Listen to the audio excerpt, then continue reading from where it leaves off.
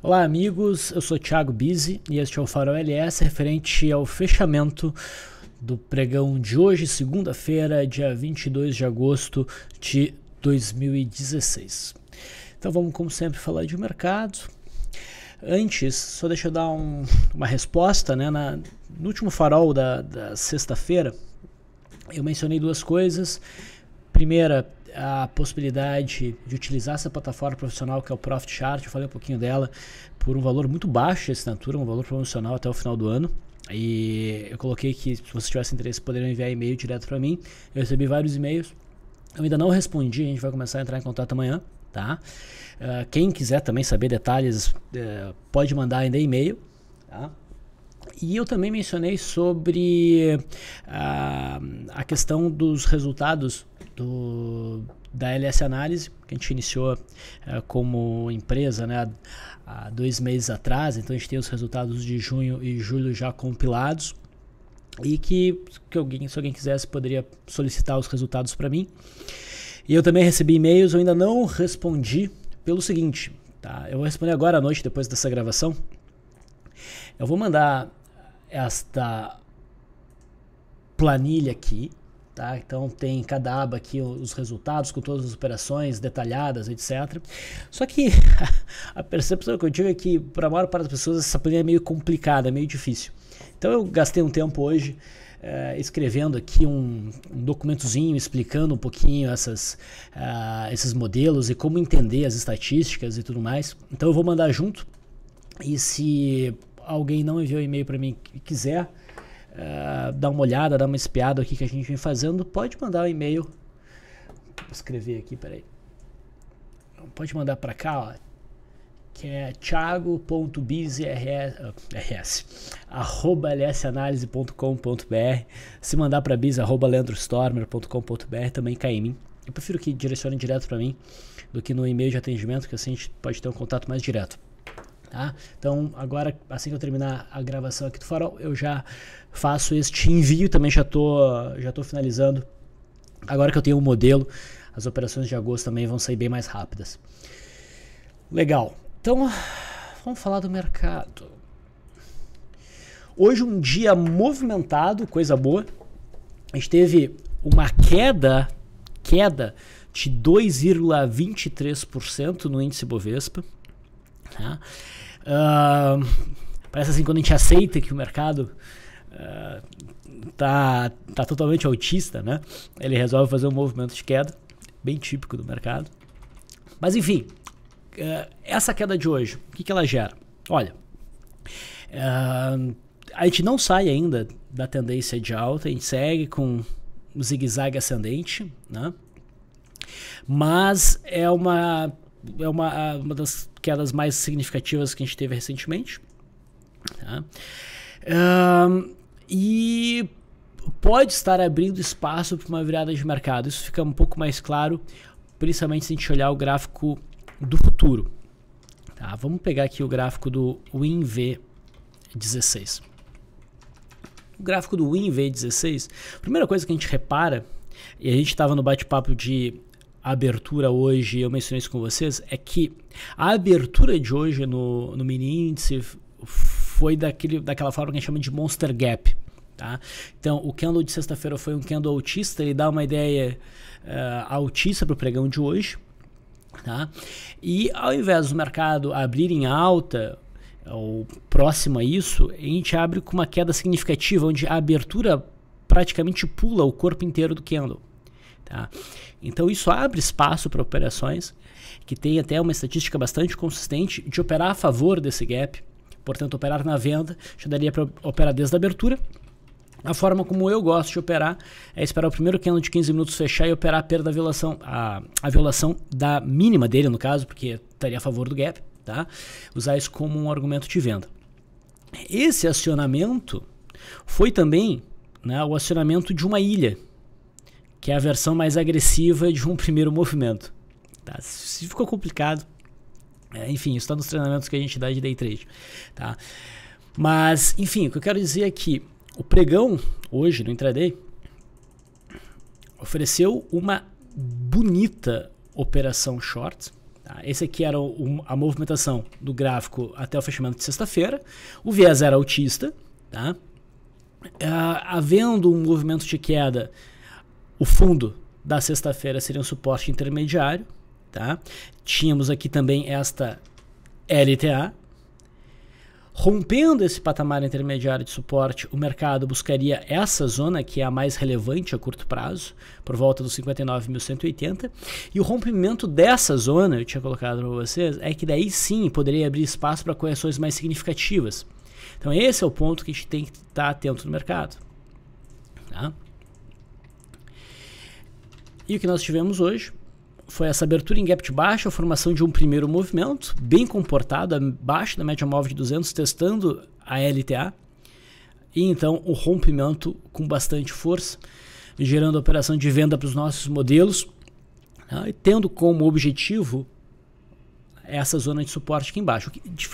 O objetivo do movimento é diferente de um alvo pré-determinado dentro de um modelo, seja por volatilidade, por risco ou o que for. Tá? O mercado fez um belo movimento de queda, chegou nesse patamar e tentou segurar e não conseguiu. E a gente fechou num belo movimento de queda. Né? Repare que a média móvel de 9 períodos que eu gosto de utilizar, né? Foi carregando o preço até próximo do fechamento, onde teria gerado um encerramento. Mas a gente fecha rompendo esta região dos 59.180 pontos, né? Que agora funciona como, em tese, né, como resistência. Tá? Então, assim, parece que o mercado vai fazer um movimento corretivo e eu acho isso ótimo. Tá? O fato do mercado fazer um movimento corretivo, uma queda, vai abrir espaço para muitas operações, primeiro na venda, hoje a gente está abrindo algumas, e mais futuramente também na ponta compradora. Tá? Só que tem um detalhe. Tá? Se vocês estão lembrados do contrato WinQ16, tá? Que foi o contrato futuro anterior ao desse vencimento, que venceu há pouco tempo, tá?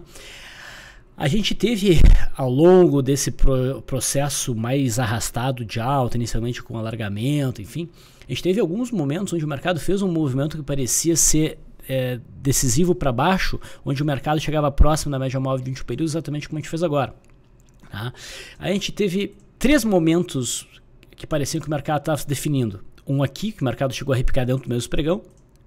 Outro aqui. Tá? E outro aqui.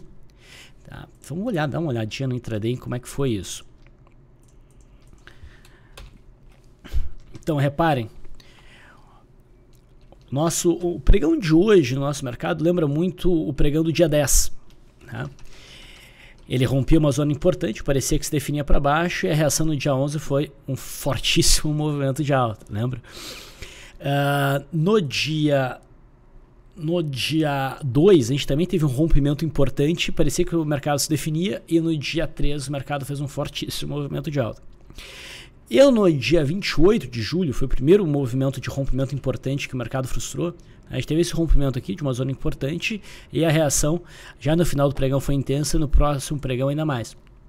Então, esse é um padrão que o mercado vinha apresentando ao longo desses últimos 30 dias. Tá?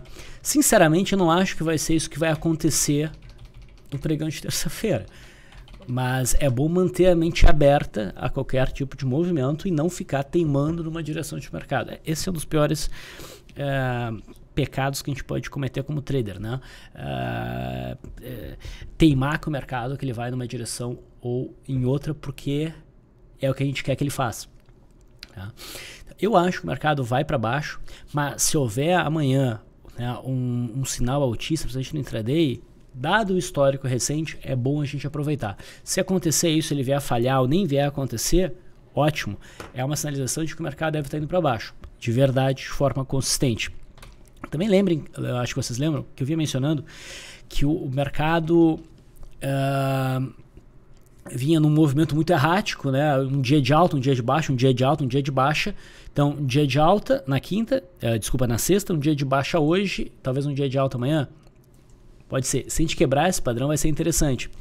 Lembrem que, pelo gráfico do índice Bovespa, desde maio, a gente não tinha 3 pregões consecutivos de queda. Voilá, o índice agora apresenta o terceiro pregão consecutivo de queda, olhando aqui no gráfico do índice Bovespa. Tá? Então as coisas parecem realmente estar mudando, mas olhando esse gráfico a gente ainda está em cima da média móvel de 20 períodos, a gente ainda tem topos e fundos ascendentes, ou seja, não é aquele momento super tranquilo de operar na ponta vendedora, porque se a gente estiver realmente indo para um movimento de queda, a gente começa a virar a tendência. É mais prudente esperar a tendência claramente virar, né, através de um pivô para começar a operar na ponta vendedora.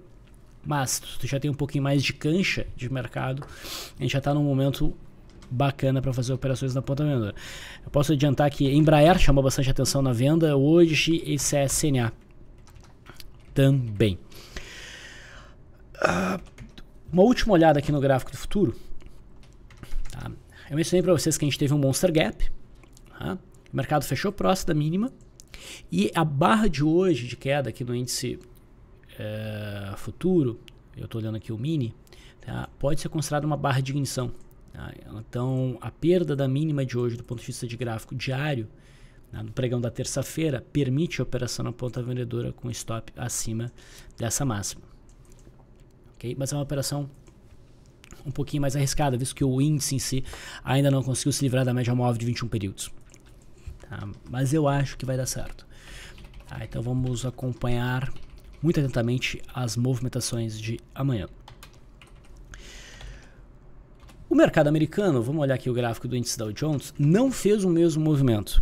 Tá? Eu dizia que eu acreditava que nosso mercado ia se definir mais direcionalmente a depender do gráfico do índice Dow Jones, que entre o S&P 500 futuro, que é o gráfico que eu tenho aqui acessível a mim, e o índice Dow Jones que a gente está vendo agora, o índice Dow Jones é o gráfico que está mais claro para a gente buscar esse gatilho. Tá? E esse rompimento, esse sinal viria do rompimento da máxima desse mês, que seria a favor do viés, né? Ou do rompimento dessas duas mínimas aqui, que formam um suportezinho, que também nos permitem, através desse fundo aqui do mês de agosto, traçar uma LTAzinha.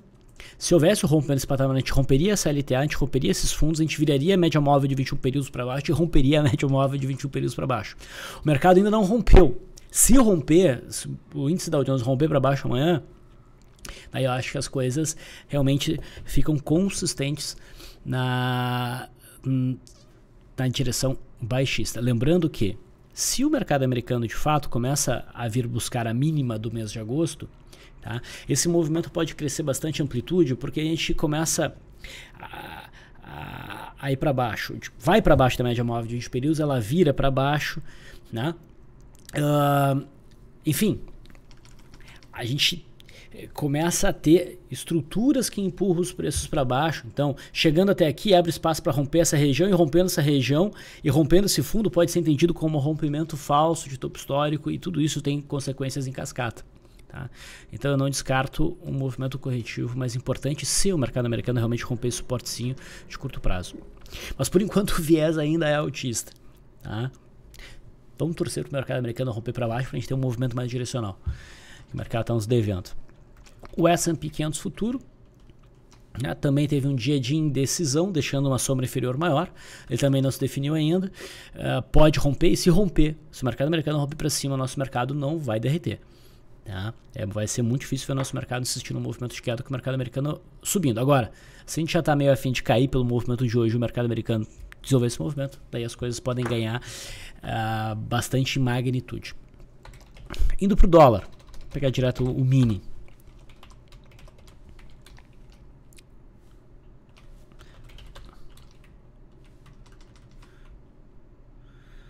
Só um detalhe, né? Esse é o gráfico de 15 minutos do S&P 500 futuro. Tu repara que a gente tem um triângulo bem fácil, um retângulo bem fácil de avaliar. Tá? E o índice Dow Jones também tem um suporte muito fácil de avaliar aqui no intraday. Tá? Talvez até um ombro, cabeça, ombro. Agora sim, olhando o dólar. O dólar nos ofereceu uma sinalização de venda na sexta-feira. O volume meio baixo incomodava um pouco, mas fora isso, todo o resto estava enquadrado para uma venda, dependendo da perda da mínima da sexta-feira, que hoje aconteceu. Tá? Então a gente está numa tendência de baixa, testando da LTB, testando a média móvel de 21 períodos, testando os fundos rompidos aqui de julho. Então tudo está orientado, realmente, a gente tem correção no preço no tempo, está tudo orientado aí para um movimento de queda no dólar.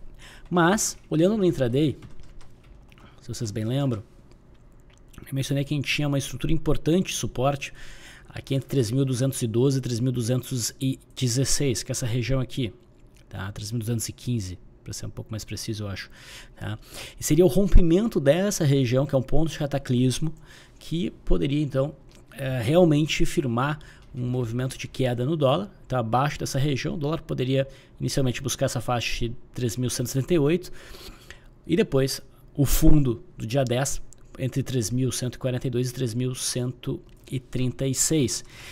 Enquanto isso não acontecia, não vier acontecer, o rompimento que não acontecer, essa zona é bem importante de suporte. O dólar pressionou essa região, segurou ali por um bom tempo, tentou um movimento de alta e no finalzinho do pregão veio testar essa região. Então, a LTA já começa a ser rompida de forma passiva, né, pelo tempo. Então, essa estrutura começa a enfraquecer porque o mercado, né, andou de lado e o preço já está abaixo da LTA. Média 20 períodos bem virada para baixo, em cima do preço. Então, ficar bem atento ao rompimento dessa região. Pode acontecer, a gente tem então bons setups na venda no pregão de amanhã, abaixo dessa região. Se o dólar abre acima, há chance dele repicar, tá? Porque ele ainda está em cima de um suporte importante. E se, repare, a gente tem um ombro, cabeça a ombro, que é uma figura que muita gente conhece e por isso muita gente deve estar baixíssimo no dólar. Mas se acontecer desse suporte não ser rompido, né, e o mercado romper o segundo ombro, isso geralmente detona bons movimentos direcionais, tá? Então não vamos descartar a possibilidade do dólar falhar essa tentativa de queda, rompendo esse segundo ombro e com isso desenvolver um movimento que venha buscar essa região aqui em cima. O DI1F19, o juro segue dentro do seu padrão de cunha, ainda sem romper para cima, que seria o esperado, ou desconfigurar o padrão pelo rompimento do fundo. Então, por enquanto, nada de interessante acontecendo. Então é isso, pessoal. Eu encerro essa parte aberta do farol por aqui. A gente tem a parte 2, onde a gente fala dos enquadramentos em ações e das recomendações de compra e venda, mas isso eu deixo para os assinantes da LS Análise. Fico por aqui, uma boa semana para todo mundo e até amanhã.